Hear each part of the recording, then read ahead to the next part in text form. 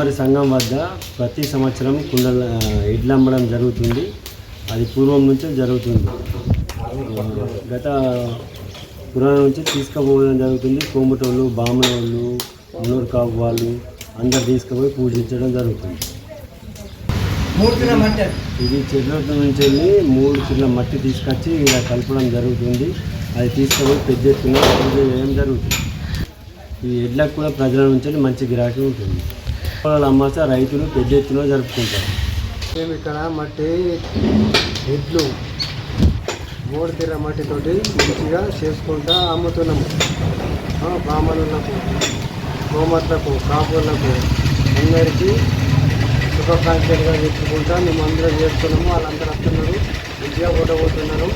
ఎన్ని నెలల నుంచి చేస్తున్నావు? 40 ఏళ్ళ నుంచి. మా పెద్దలు ఏదో ఇదైపోయారు. మా పెద్దల గురించి మేము నేర్చుకున్నాము. నేర్చుకున్న తర్వాత మేము మంచిగా చేసుకుంటా చెప్తున్నాము. అందరూ వచ్చి సౌకర్యంగా మంచిగా గమ్మత్తోటి కొండబోతున్నారు. ఇక్కడ 3 తీర మట్టి కలిపి చేస్తున్నాము.